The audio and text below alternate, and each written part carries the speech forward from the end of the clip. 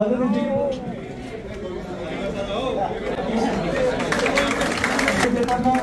चंद्रशेखरजी बावनकुळे, आदरणीय रवीजी चव्हाण, त्याचबरोबर आदरणीय राम शिंदेजी, आदरणीय गिरीश भाऊ महाजन, चाळीसगावचे आमदार मंगेशदादा चव्हाण, मंच उपस्थित जिल्हा अध्यक्ष सतीश चौधरीजी, डॉक्टर विजयराव चौधरी साहेब, आपल्या तालुक्याचे मधुभाऊ काटे, बडगावचे अमरनाथ पाटील आणि आपल्या अकरा बडगाव मतदारसंघातून आलेले सगळे पदाधिकारी पक्षाचे, राष्ट्रवादी काँग्रेस पक्षाचे गेल्या अनेक दिवसापासून आपण या ठिकाणी प्रवेश करणार होतो आणि आज त्याला गिरीश भाऊंनी निमंत्रण दिलं आणि आज प्रदेश अध्यक्षांच्या प्रमुख उपस्थितीमध्ये त्यांच्या हस्ते आणि इतर मान्यवरांच्या हस्ते आपला प्रवेश या ठिकाणी झालेला आहे। गेली अनेक वर्ष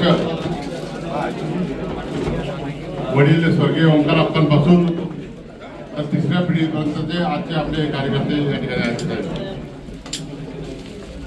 आमच्या वडिलांनी अनेक वर्ष जवळजवळ 5 टर्म पाचोरा मतदारसंघाचे प्रतिनिधित्व केलं। त्यानंतर मला संधी मिळाली,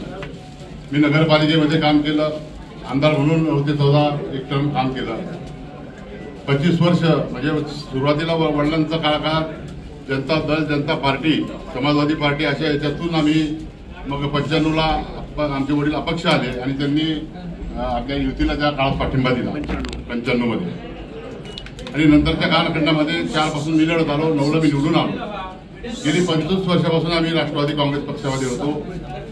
पण वेळोवेळी पक्षाकडून आमचे काही पाठराखण झाली नाही, कार्यकर्त्यांना आम्हाला काही न्याय देता आला नाही आणि म्हणून शेवटी आम्ही अनेक वेळा गिरीश भाऊंनी मला गेल्या 10 वर्षापासून 2-3 वेळा त्यांनी शब्द टाकला, पण तुम्ही दुर्लक्ष केलं। भाऊ उशिरा का होईना पण तुमच्या शब्दाला मंगेशदाराच्या शब्दाला मान देऊन आम्ही या ठिकाणी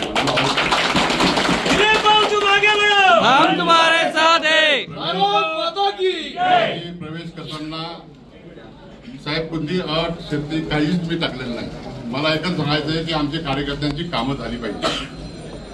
शक्यतो आज आपण सत्ताधारी पक्षामध्ये आहोत, अनेक सरपंच या ठिकाणी झाले, अनेक माजी सभापती, शेतकरी संघाचे संचालक, मार्केटचे संचालक आहेत। वेळोवेळी जे जे काही अडचणी असतील ते काम झाली पाहिजे एवढीच रास्त अपेक्षा आमची आपल्या या पक्षाकडून राहील। अवस्था आमची कोणतीही मागणी राहणार नाही एवढी ग्वाही देतो। निश्चितपणाने तुम्हाला सांगतो की पाचोरा भडगावसह जिल्ह्यामध्ये जिथे जिथे मला शक्य असेल तिथे आपला पक्ष वाढीसाठी माझा प्रयत्न राहील आणि आमचे सगळेच कार्यकर्ते संघटन निश्चितपणाने त्या ठिकाणी वाढवतील अशी ग्वाही या निमित्तानं आपल्याला देतो आणि सांगतो। खऱ्या अर्थाने आज गिरीश भाऊ महाजनांच्या नेतृत्वामध्ये आज मोठा एक त्या ठिकाणी जळगावमध्ये आपण तर मजबूत आहोत, पण जळगाव पाचोरामध्ये आज ज्या पद्धतीचं खिंडार तुम्ही त्या ठिकाणी पाडलेला आहे, माझा विश्वास आहे गिरीश भाऊने सांगितलं, मंगेशजी, गिरीश भाऊ आपण सांगितलं 100% सीटवर आपण पुढच्या काळामध्ये या ठिकाणी आपल्या महायुतीच्या माध्यमातून पुढे जाऊ। निश्चितपणे आपण या ठिकाणी मोठा एक विक्रम त्या ठिकाणी केल्याशिवाय आपण राहणार नाही। खरं तर आज मला ठिकाणी एवढंच सांगत आहे, वाघ साहेब तुम्ही जे सांगितलं ते गिरीश भाऊ म्हणलेलं आपल्याला आश्वासन दिलं आहे। मी आणि रवी चव्हाणजी आश्वस्त करतो, आमचे कार्याध्यक्ष उद्याचे अध्यक्ष आहेत ते आपल्याला त्या ठिकाणी त्यांची घोषणा होईलच केंद्राकडनं, कारण कालच अमित भाईंनी त्यांना जाहीर केलं की आमचे कार्याध्यक्ष भावी अध्यक्ष, आणि त्यामुळं पुढच्या काळामध्ये रवी चव्हाणजी असेल, मी असेल, आम्ही सर्व लोकांनी ठरवलं आहे